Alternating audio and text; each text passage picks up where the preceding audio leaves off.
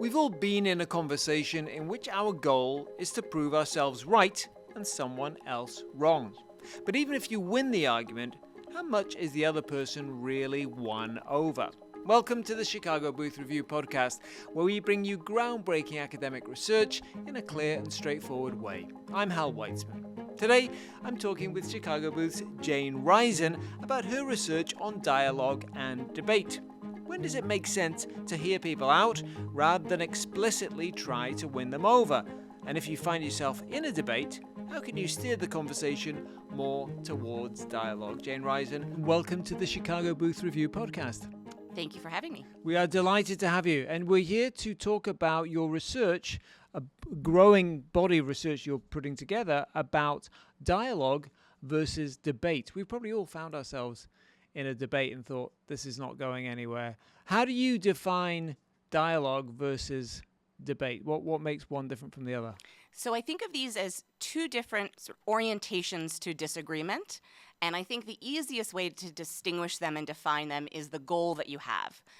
So in debate, I think of the goal as being a persuasion goal. My goal is to convince you that whatever I say is correct and the way that I'm viewing things is correct. Whereas with dialogue, I think of the goal as being to understand each other. So my goal is both for you to understand me and for me to understand you, which means that if we're both entering with those goals, then in the dialogue world, we have the same goals to understand each other. In the debate version, if we're both trying to persuade each other, our goals are in conflict because we're both trying to persuade each other. And so because of that, debate will end up feeling more competitive and dialogue will feel more collaborative. And there are behaviors that are kind of fall from those assumptions and those goals that you have. So in debate, we tend to try to poke holes in each other's arguments because we're trying to show that there's something flawed with the way you're thinking about it and better about mine, whereas that's not really constructive in a dialogue. More if I'm going to ask more questions because I need to understand what you're saying, and if I don't fully understand, I'm going to ask, and I might not assume that I already understand. It's going to require more testing, whereas in debate, one of the assumptions we see is this kind of a zero-sum assumption where if you are more right, then I must be more wrong. Whereas in dialogue, we can allow for both perspectives to have truth in them. Okay, so the way you describe debate, it almost feel like a courtroom, I'm the prosecution, you're the defense, and I must destroy you. But then I'm not trying to win you over. I'm trying to win over the jury or the judge or whatever.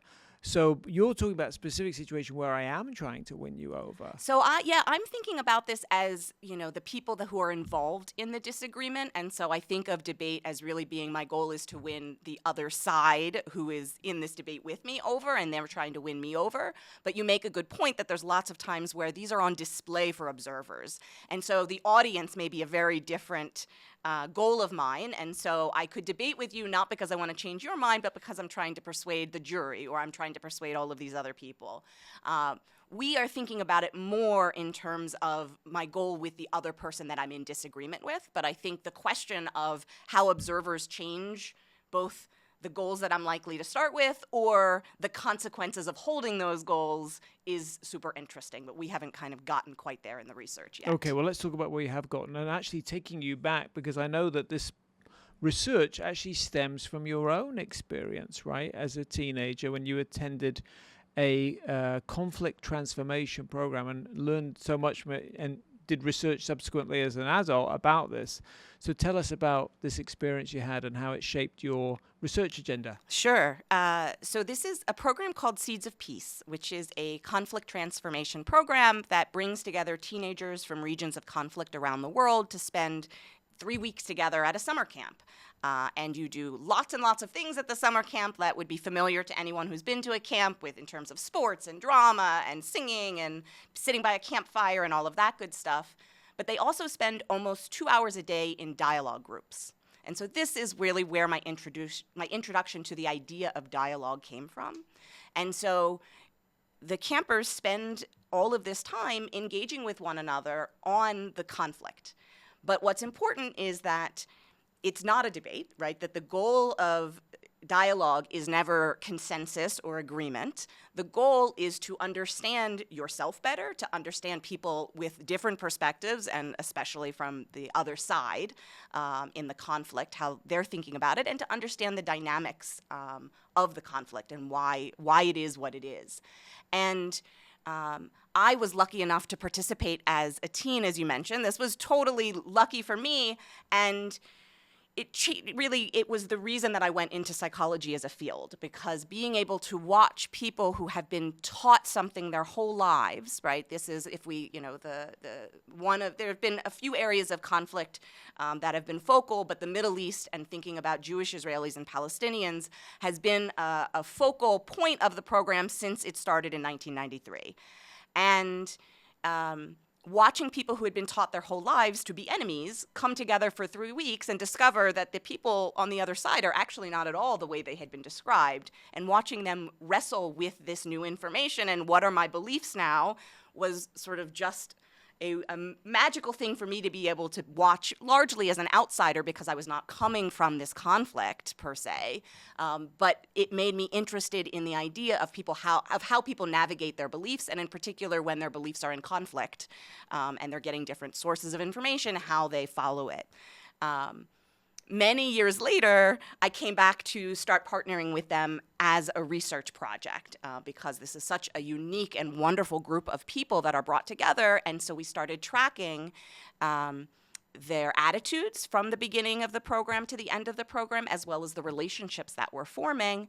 And in one early paper, we found that the campers who formed at least one close relationship with someone from the other side showed sort of stronger attitude change during the program, and also maintained that attitude change more once the program ended and they returned back home, and when we, checked in on them 9 to 12 months later.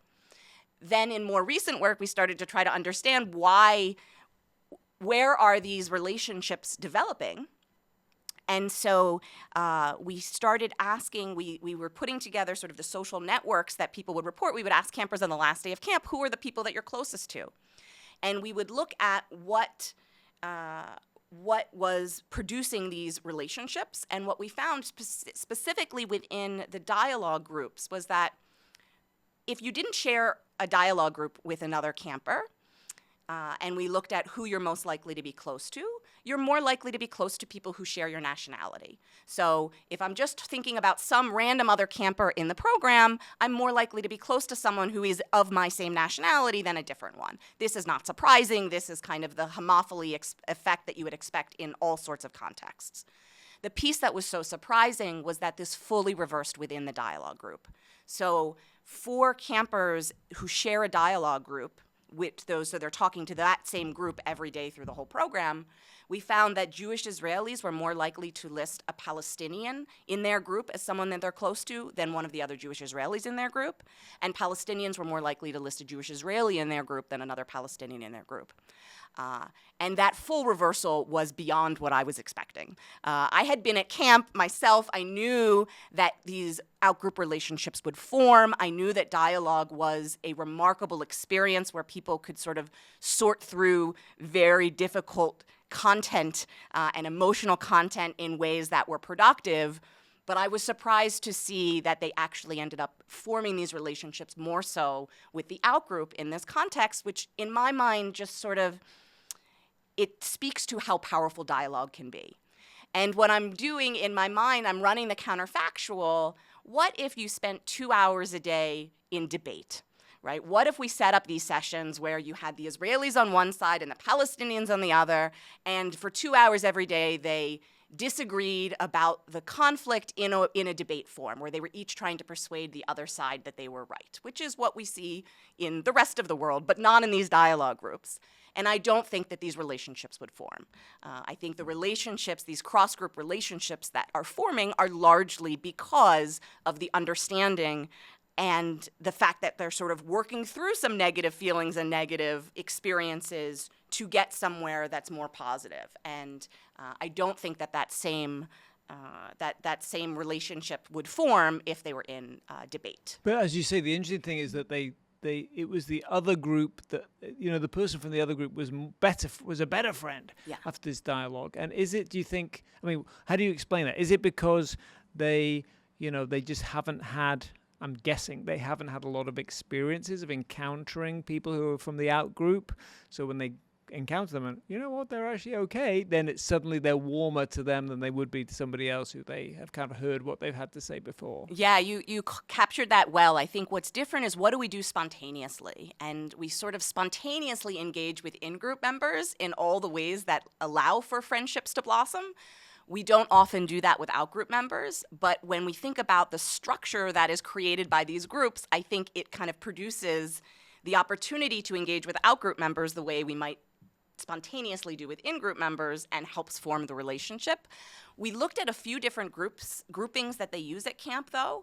And so, for example, in bunk, when they share a bunk, we find that at the end of camp, they're equally likely to be close to an in-group or an out-group member, whereas when they're not sharing a bunk, it's always the in-group member. So it's the pattern and the attenuation pattern when you share a group is similar, but it doesn't fully reverse. So I think that dialogue is more than just giving people a chance to interact, but is actually providing the structure to connect on sort of very important, deep personal topics and vulnerabilities. And so I think it's the intimacy that is created in these dialogue groups that's allowing for those relationships to form to the extent that they are. I'm guessing some people, we covered this research many years ago in Chicago Booth Review, but you and I haven't had a chance to talk about it, I don't think. So, I'm sure that some people would be listening and thinking, yeah, but it's a camp. Like you go on a retreat with your colleagues, of course you're going to talk about lots of things and it's going to be a different atmosphere, and the whole point of the retreat is you come back and you have new relationships that aren't just about what happened in your cubicle and their cubicle. So it's taking people out of themselves and out of in this case, the conflict that must help at least make things different. It's not just the structure, it's also the fact that you took them out of the situation. So I'm just wondering, in real life, people get het up about whatever, the people that they live with or the people they work with, and this is where some of this debate, dialogue, dynamic happens. What do you think is it that makes conversations in the regular world, not a camp or retreat, gravitate more towards the dialogue or more towards the debate? So we've started to explore this in the work outside of camp, right? So we can't manipulate what happens in these groupings. We can't create dialogue versus debate there. But when we move out of the camp and we move to the lab, we can do all sorts of different things. And one of the projects we've been working on is to think about what situational features spontaneously lead people to engage more with dialogue or more with debate. And some of the things that we've found, I think, are not terribly surprising. But we find that the more disagreement, the stronger the disagreement is, the more likely you are to engage with a debate orientation. Weaker disagreement is more likely to lead to dialogue. We find that the more certain people are of their personal opinion, the more likely they are to engage in debate, whereas being less certain makes people more open to dialogue. Another feature that matters is the extent to which the topic is seen as moral or not. And so for moral topics, people are more inclined to debate because there's this idea that this should be universal. Everybody should have to see it my way. Whereas for topics that are more about personal taste or conventions or things that don't have that same moral tinge or quality, it's easier to say we can agree to disagree. I would just want to understand where you're coming from, and so we see more dialogue. The other person's goal also has an important effect on your goal. So if you are interacting with someone who you think has the goal to learn from you and understand you, then you're more likely to adopt the goal of understanding them, whereas if you think they're out to convince you, it's more likely that you're going to then try to convince them. We also see some differences on this in-group and out-group dimension we were just talking about at the camp. So people are more likely to engage with dialogue for in-group members, but for an out-group member, you're more likely to start with debate, which is why I think the dialogue sessions at a program like Seeds of Peace are so important, because what would naturally happen between Israelis and Palestinians, all of those features suggest debate, right? There's strong disagreement, a lot of certainty, there's a lot of moral topics involved, and we're out-group members. All of that would lead you towards debate, but when you set it up as a dialogue, you can encourage people to do something different from what they might spontaneously do. But in terms of these everyday conversations, those are some of the features that we have found predicting the tendency towards debate or dialogue. And I'll add one more thing, is that a lot of the features that seem to promote dialogue seem to do so because people perceive themselves as sharing goals and values with the other person. So when we're in-group members, when you're trying to understand me, another one is when I care about the impression you have of me, all of those things tend to be aligned with believing that we share goals and values. That seems to be kind of underlying why people are willing to enter into a dialogue. When they don't perceive shared goals and values, that seems to lead them more towards debate. No, everything you're saying, it sounds like debate is sort of a bad thing. Is it? Or is it just, it depends what you're trying to achieve? I think it depends on what you're trying to achieve. So I think there's lots of times that that debate can be very productive. I think one thing, in the work, I do have this tendency to sort of, promote dialogue more. It's largely because I think we don't do it enough. So it's not to say that debate doesn't have its time and place, but I think we sometimes jump to debate maybe before we're even ready. So even simply, like, how can we have a true debate if we don't understand what each other's positions are? And so when we're talking past one another or we're debating straw men, that, I think, is likely because we've jumped to debate too quickly. So even if the debate would be a useful exercise, I think starting with dialogue may sometimes make that exercise more effective or more productive, because we have to understand each other before we can actually persuade one another. I will say one of the things that's interesting is that we find that dialogue does lead to more understanding. So if your goal was to understand, then dialogue seems to help. What's interesting is that debate doesn't actually lead to more persuasion. And so you might think, well, debate is a good thing to do when my goal is to persuade. But I'm not totally sold on that, because if my goal is to persuade, but so is yours, then we don't actually see much movement. In fact, if anything, we tend to see more willingness to change your attitude following dialogue. And so I think debate can still be useful, but when the goal is persuasion, it's not obvious to me that debate is always the best way to get there, even though it feels like the best way to get there. Jane Rising, in the first half, we talked about your research about dialogue versus debate, or maybe not necessarily versus, but dialogue and debate, two different ways of thinking about interacting with other people. And I'm sure that some of us are thinking, you talked about how you should start, it might make sense to start with dialogue, even if you really want to win people over, and maybe even end there. If you find yourself the other way around, though, which many of us will, you're in a debate, it's not really leading anywhere, you're not going to win somebody over, but you're sort of stuck. How can you think about going from that situation and steering it more towards dialogue? That's a great question. I think there's both more implicit and explicit ways to do this. So as we were talking about before, you tend to respond to your partner's goals and your partner's behaviors. And so if I want you to be more likely to engage in a dialogue, one of the best ways is for me to approach it as a dialogue. So if I make my goal about understanding you, and I make that clear to you in the ways that I'm interacting and asking questions, being open to your point of view, then it's more likely that you are going to respond in a dialogue-like way because you're picking that up from me. And so one thing is, just because this tends to be sort of reciprocal between people and dynamic, I can just personally orient more towards dialogue, and that should lead someone else that I'm talking to come that way too. But I also think you can be a lot more explicit about this, and in some ways, I think this could help with like a log jam where you say, I don't think I'm going to convince you, and I don't think you're going to convince me, at least not right now, right? You can also put a temporal piece on it. So what if we just put that aside? Let's forget about trying to convince each other. Let's just make sure we understand each other.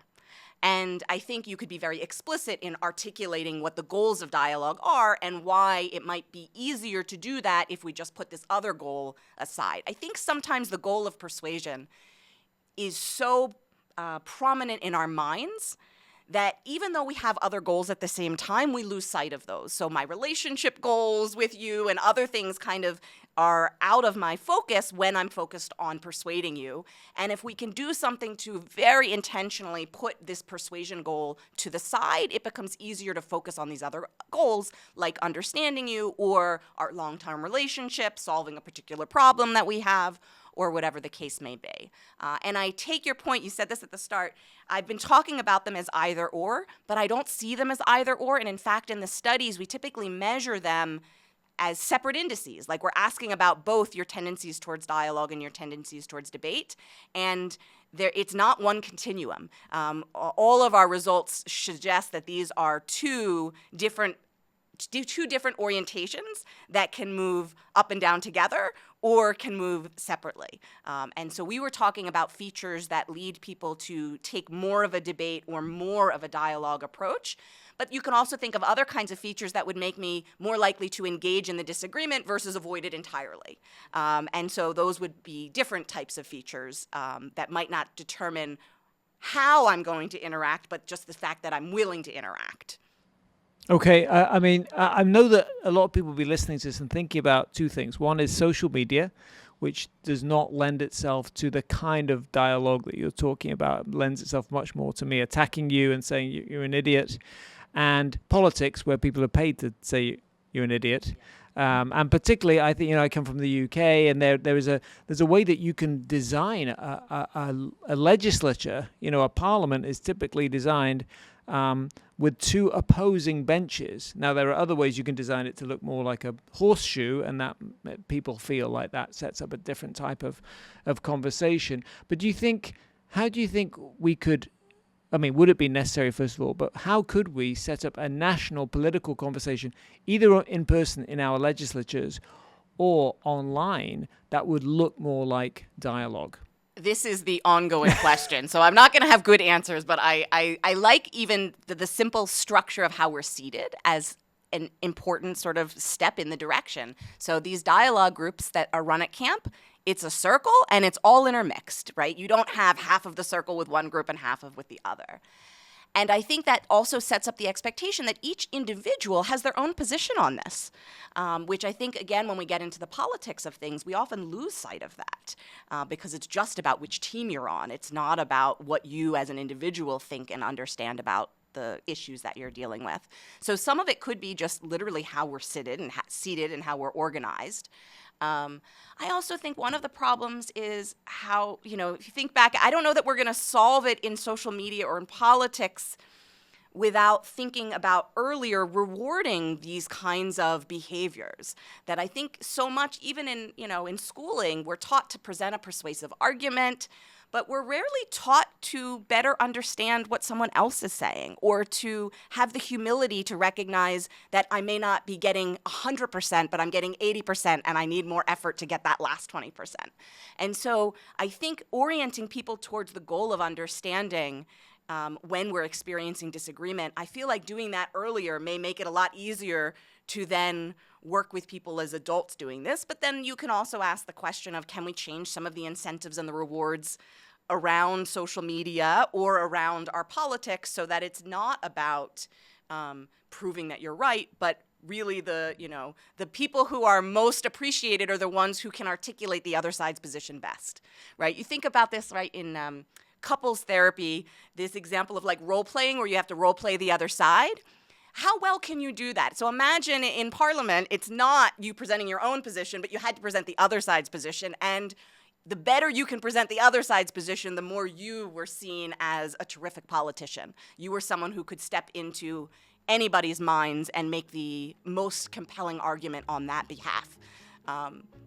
That, in my mind, I don't see that happening. I'm not trying to suggest that that's likely to be something we can easily do, but I think if we make that a goal for individuals, and if we make that something that is appreciated and rewarded when other people do it, that would go a long way. And so you think about, in politics, people who are successful at working across the aisle, in some stretches of time, that was seen as a very positive thing. I think that's probably not so true today, but how could we make that more true today? That if you are able to work across lines of difference, that would be seen as that you have a talent and a skill that is incredibly useful in our politics.